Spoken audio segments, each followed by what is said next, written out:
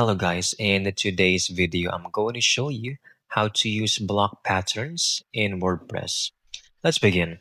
First go to the official WordPress homepage, click login at the top right, and sign in with your Google accounts. Once inside your dashboard, I want you to click on edit site under quick links.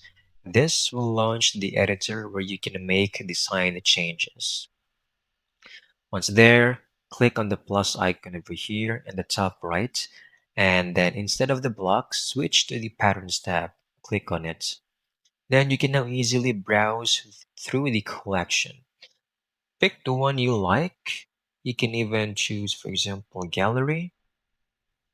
Then you can easily click on every one of these and it will show you a preview of them, right? So you just really need to explore this section so you can check which one suits your styles and preferences. And that's it. You've now just added a block pattern to your WordPress website. I hope you found this video very helpful.